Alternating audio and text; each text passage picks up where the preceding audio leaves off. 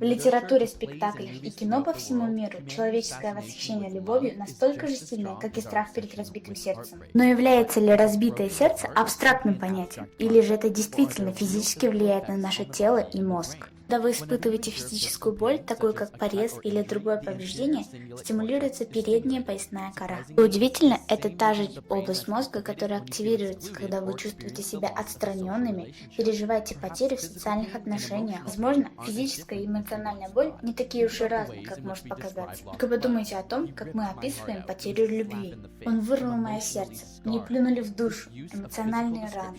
Такое физическое описание показывает как минимум взаимоотношения между эмоциональной и физической болью. Фактически, исследования показывают, что люди предпочтут физическую боль, чем социальную изоляцию.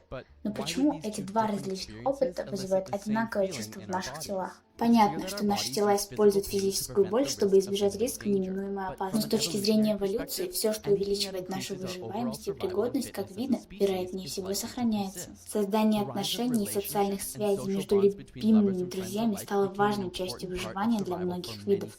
Ты заботишься обо мне, а я о тебе. Точно так же, как вы не хотите снова обжечься горячим кофе, животные не хотят быть одинокими. Боль в обоих случаях повышает наши шансы на выживание, так как мы избегаем нежелательных исходов. Вы с большей вероятностью выживете и начнете размножение, если вы не одни. Это можно увидеть, изучая приматов, у которых во время разлуки с теми, кого любят, повышается уровень гормона кортизола и снижается уровень норадреналина, что вызывает значительную стрессовую реакцию. В конечном счете это приводит к депрессии, тревожности и громкому плачу. Для людей разрыв отношений, потеря любимых или изоляция может спровоцировать схожую реакцию, создавая ощущение физической боли. Так как же мы можем облегчить эту боль? Ведь бинты и крема не предназначены для душевных ран.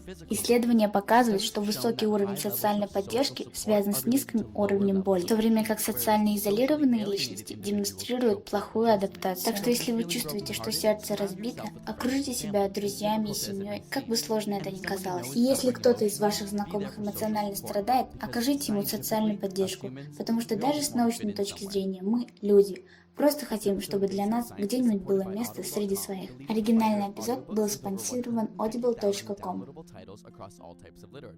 If you'd like to learn more about the brain, I recommend the book Thinking Fast and Slow by Daniel Kahneman. You can download this audiobook or another of your choice for free at audible.com/ASAP. Special thanks to Audible for making these videos possible and for offering you a free audiobook at audible.com/ASAP.